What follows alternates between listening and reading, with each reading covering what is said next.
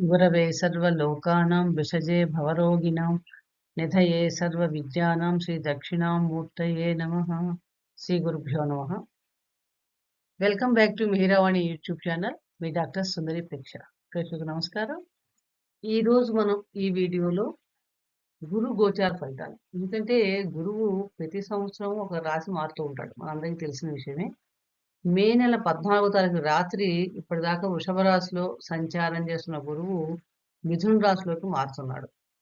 ఇలా గురువు ఎప్పుడైతే ఒక రాశి నుంచి ఇంకో రాశి మారుతాడో అప్పుడు ఒక్కొక్క సంవత్సరానికి ఒక్కొక్క నదికి పుష్కరాలు వస్తూ ఉంటాయి మనకి. ఈసారి వృషభ రాశి నుంచి మిథున రాశిలో మారినప్పుడు గురు సంచారం అప్పుడు సరస్వతి నదికి పుష్కరాలు ఉంటాయి. అంటే 14 రాత్రి నుంచి 15 నుంచి 10 రోజుల పాటు మనకి సరస్వతి నది పుష్కరాలు ఉంటాయి. అలాగే ఎక్కువ కాలం ఒకే రాశిలో సంచరించే గ్రహాలు మనకి 3 ఉన్నాయి.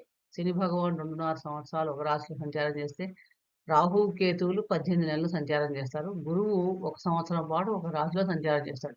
అంటే మళ్ళీ మిథున రాశిలో రావడానికి 12 సంవత్సరాల తర్వాత మిథున రాశిలో సంచారం మొదలుపెడతాడు అన్నమాట. ఈ సంచారం చేసేటప్పుడు ద్వాదశ రాశుల వారికి కూడా చాలా ఎఫెక్ట్ ఉంటుంది.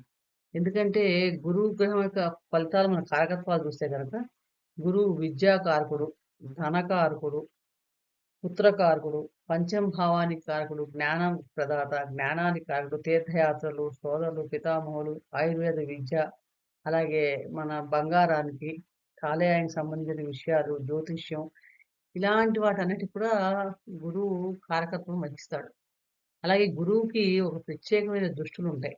5, 9, 7 కూడా ఈయనకి. ఇప్పుడు 14/5/25 నుంచి 18 అక్టోబర్ దాకా కూడా గురువు మిథున రాశిలో సంచారం చేస్తున్నాడు.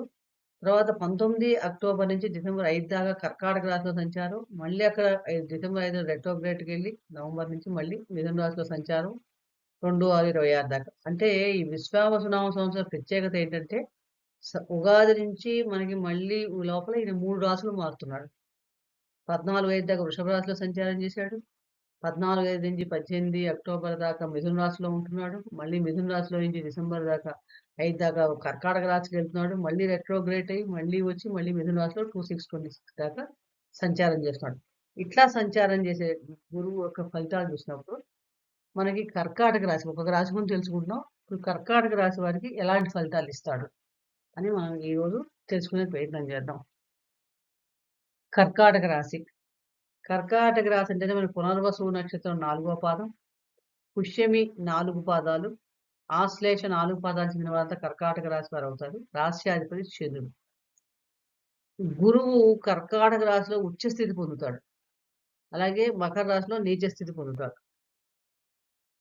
గురువు కర్కాటక రాశి వారికి షష్టమ భాగ్యాధిపతి అయ్యాడు. ఇప్పుడు మనకి వ్యయ స్థానంలో సంచారం మొదలు పెడుతున్నాడు 14వ తారీఖు. ఈ 14వ తారీఖు నుంచి అక్టోబర్ 18 తారీఖు దాకా రజతమూర్తిగా ఈయన సంచారం ఉంటుంది. ఈ రజతమూర్తిగా సంచారం ద్వాదశ స్థానంలో సంచారం చేసేటప్పుడు సహజంగా ఎలా ఉంటుందంటే ఈయన కొంచెం కష్టంతో కూడిన ఫలితం, అంటే శ్రమకు తగ్గ ఫలితం ఎక్కువ ఇస్తాడు. అలాగే డిసెంబర్ 5 వరకు రాశిలోనే సంచారం చేస్తాడు. అక్టోబర్ 19 నుంచి అప్పుడు రజతమూర్తిగా ఉన్నాడు. ఈ రజతమూర్తిగా రాశిలో సంచారం చేస్తే మంచి ఫలితాలే కలిగిస్తాడని చెప్పొచ్చు. తర్వాత మళ్ళీ డిసెంబర్ 5 నుంచి కూడా 2/6/26 దాకా కూడా మళ్ళీ వ్యయ స్థానంలో సంచారం చేస్తున్నాడు. అక్కడ కూడా ఈయన సువర్ణమూర్తిగా ఉన్నాడు కాబట్టి సువర్ణం కొంచెం వ్యయ స్థానం అయినప్పుడు కూడా ఫలితాలు ఇవ్వడానికి అవకాశం ఎక్కువగా ఉంది. అలాగే గురువు యొక్క పంచమ దృష్టి తులారాశి మీద, సప్తమ దృష్టి ధనురాశి మీద, భాగ్య 9వ దృష్టి కుంభరాశి మీద ఉంది. సో ఇప్పుడు ఈ సంవత్సరం వీళ్ళకి ఎలాంటి ఫలితాలు ఇస్తాడు? కర్కాటక రాశి వారికి చూస్తే కనుక మనం అనుకున్నది కర్కాటక రాశి వారికి 6వ లార్డ్, 9వ lord, 6th and 9th lord. 6th lord అంటే మనకి 6వ భావం అంటే రుణ, రోగ, శత్రుస్థానం. భాగ్యస్థానం అంటే తండ్రి, పితృకారకులు, దూరదేశ ప్రయాణాలు, విదేశీ ప్రయాణాలు, ఇవన్నీ వస్తాయి. గురువు యొక్క మిథున రాశిలో సంచరించేటప్పుడు చతుర్థ స్థానం మీద గురువు యొక్క పంచమ దృష్టి ఉంది. అంటే అప్పుడు సంచారం సంబంధించిన యాక్చువల్‌గా మీకేంటంటే ధర్మ కార్యాలకు కానీ, ఇల్లు, స్థలాలు కొనడానికి కానీ, వీటికి మీకు డబ్బు ఖర్చు పెట్టే అవకాశం ఎక్కువగా కనిపిస్తుంది. ఎందుకంటే 12వ హౌస్‌లో సంచారం వ్యయ స్థానం. ఎక్కువగా ఖర్చు అవ్వడానికి అవకాశం ఎక్కువగా ఉంది. కాబట్టి ముఖ్యంగా ఇలాంటి వాటికి గుడ్ డీడ్స్ అంటే మంచి సత్కర్మలకి, ప్రయాణాలకు కానీ, వర్షిప్ రిలీజియస్ సంబంధమైన విషయాలకు కానీ, పిల్గ్రిమేజ్ వెళ్ళటం గానీ, సోషల్ బెనిఫిట్స్ కానీ, ఇలాంటి వాటన్నిటికి కూడా మీరు ఎక్కువగా ఖర్చు పెడతారని చెప్పవచ్చు. అలాగే దానివల్ల ఏంటంటే మీకు కొంచెం సొసైటీలో ఒక రకమైన గుర్తింపు రావటం, విదేశీ ప్రయాణాలు ఉండటం, ఇలాంటివన్నీ కూడా ఉంటాయి. అలాగే జర్నీస్ కోసం కూడా ప్రయాణాలకు కూడా తీర్థయాత్రలుగా అవ్వచ్చు, దూరదేశ ప్రయాణాలు అవ్వచ్చు. వీటన్నిటికి కూడా మీకు ఖర్చు ఎక్కువ అవుతూ ఉంటుంది. తర్వాత మీకేంటంటే రాశిలో సంచరించే సమయంలో చాలా మటుకు రాశిలో ఉచ్చస్థితి, కర్కాటక రాశిలో ఉచ్చస్థితి. ఈ ఉచ్చస్థితిలో సంచారం చేసినప్పుడు ఈయన 4వ భావం మనకి సంచారం ఈయన ఫలితాలు ఎక్కువగా ఉంటాయి. అలాగే 8దో భావం మీద కూడా ఈయన ఫలితాలు ఎక్కువగా ఉన్నాయి. కాబట్టి కొంచెం హెల్త్ విషయంలో కూడా మనం జాగ్రత్తగా ఉండాలి. జరిగినప్పుడు 6వ భావం మీద కూడా సంచారం ఉంటుంది కాబట్టి, ఈ ఫలితాలు ఉన్నప్పుడు ఏంటంటే కొంచెం కేర్‌ఫుల్‌గా మనం ఈ సమయంలో ఎక్కువగా ఉండాలన్నమాట. అలాగే ఈ సంవత్సరం మొత్తంలో మీకు ఈ ఏంటంటే ఈ రజతమూర్తిగా సంచారం చేస్తున్నాడు కాబట్టి చాలా మటుకు ఫ్యామిలీకి సంబంధించిన విషయాలు చాలా ఇంప్రూవ్ అవుతాయని చెప్పొచ్చు. చాలా సాటిస్ఫాక్షన్ అయిన వాతావరణంతో ఎక్కువగా ఉంటుంది. అలాగే మీ ఇల్‌నాస్ నుంచి గాని, ఎవరి నుంచి అయినా కూడా మీకు ఒక మంచి శుభవార్త రావడానికి కూడా అవకాశం కనిపిస్తుంది ఈ సమయంలో. అలాగే మీకేంటంటే ఎడ్యుకేషన్ చిల్డ్రన్‌కి సంబంధించిన విషయాలు చూస్తే గనక అక్టోబర్ తర్వాత ఆహ్, పిల్లలకి సంబంధించిన చదువు విషయాలు గాని, మ్యారేజ్ విషయాలు గాని, వీటన్నిటిలో కూడా మీకు చక్కగా బిజినెస్ సంబంధించిన విషయాలు, వీటన్నిటిలో అనుకూలమైన ప్రాబ్లమ్ మంచి విషయాలు చక్కగా జరుగుతాయని చెప్పొచ్చు. కానీ రెట్రోగ్రేడ్ అయినప్పుడు మటుకు కొంచెం 12థ్ హౌస్‌లోకి మళ్ళీ ఎళ్ళినప్పుడు ఏమవుతుందంటే, కొంచెం హెల్త్ విషయాస్ కాబట్టి కొంచెం ఇంపాక్ట్ అవ్వడానికి అవకాశం ఎక్కువగా ఉంది. స్టమక్ సంబంధించిన గాని, అలాగే హ్మ్. డయాబెటిక్స్ సంబంధించిన విషయాలు గాని, ఇలాంటి వాటిలో కొంచెం హెల్త్ డిఫికల్టీస్ వచ్చి దానికి మూలంగా ఖర్చయ్యే అవకాశాలు ఎక్కువ కనిపిస్తున్నాయి కాబట్టి, మొదట అంటే ఫ్యాటీగా అవ్వటం. గురువు ఎప్పుడు ఏంటంటే కొంచెం అనవసరంగా బల్కీగా తయారవ్వడం, ఒబెసిటీ రావడం, ఇలాంటివి ఉన్న వాళ్ళు కూడా జాగ్రత్తగా తీసుకోవాలి. వీళ్ళు మటుకు ఆహార విషయంలో మొదటి నుంచి కూడా చివరి నుంచి కాకుండా కొంచెం లో క్యాలరీ డైట్ తీసుకోవడం, ఎవరైనా చిన్న ప్రాబ్లమ్ వచ్చినా డాక్టర్‌ని కన్సల్ట్ అవ్వడం. ఇలాంటివి ఎక్కువ తీసుకోవాలి. అదర్‌వైజ్ మిగిలిన విషయాలన్నిట్లో కూడా చాలా అనుకూలమైన ఫలితాలు గోచారించినప్పటికీ కొంచెం హెల్త్ సంబంధమైన విషయాలు, అనవసరమైన ఒక్కొక్కసారి రుణాలు చేయాల్సి రావచ్చు ఖర్చుల కోసం కొంతమందికి. అలాంటివి కూడా ఉంటాయి.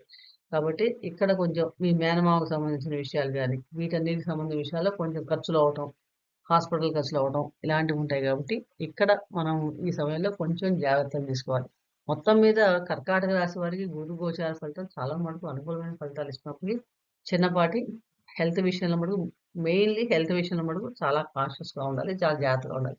వీళ్ళకి ఈ సంవత్సరం అంతా కూడా అనుకూలమైన ఫలితాలు కావాలి. ప్రతిరోజు విష్ణు సహస్రనామ స్తోత్ర పారాయణ చేయడం, లేకపోతే కృష్ణాష్టకాన్ని పారాయణ చేయటం గాని, గురువారం రోజు అశ్వత్థ వృక్షానికి పసుపు నీళ్ళలో పసుపేసి చక్కగా అభిషేకంలా పోసి ఒక ప్రదక్షిణ చేసుకోవటం, గురు మంత్రాన్ని జపం చేసుకోవటం, ముఖ్యంగా హెల్త్ సంబంధమైన విషయాలున్నప్పుడు చేసుకుంటే చాలా మటుకు అనుకూలమైన ఫలితాలు. అలాగే తీసుకునే ఆహార విషయంలో మటుకు కేర్‌ఫుల్‌గా ఉండండి. అనవసరంగా ఫ్యాటీ ఐటెమ్స్‌ని కొంచెం తగ్గించుకుంటే గనక చాలా మంచి ఫలితాలు కలుగుతాయి. మరొక రాశి గురించి మరొక వీడియో తీసుకునే ప్రయత్నం చేద్దాం. అలాగే మీ వ్యక్తిగత జాతకంలో కూడా ప్రస్తుతం జరుగుతున్న దశాభుక్తులు కూడా చూసుకొని, కర్కాటక రాశిలో గాని, మిథున రాశిలో ఉన్న గ్రహాల మీద కూడా గురు గోచారం జరిగేటప్పుడు చూసుకుంటే దానికి సంబంధించిన పరిహారాలు చేసుకుంటే గనక, ఈ సంవత్సరం అంతా కూడా మీకు చాలా మంచి అనుకూలమైన ఫలితాలు రావడానికి అవకాశం ఎక్కువగా ఉంది.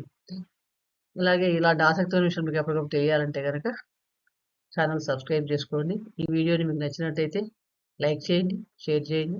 సబ్స్క్రైబ్ చేసుకోకపోతే సబ్స్క్రైబ్ చేసుకోండి. ఆ గురువు గ్రహం అనుగ్రహం వలన మీకు ఈ సంవత్సరం అంతా కూడా మంచి ఫలితాలను ఆశిస్తూ సర్వే జనాః సుఖినో భవంతు. శుభం భూయాత్.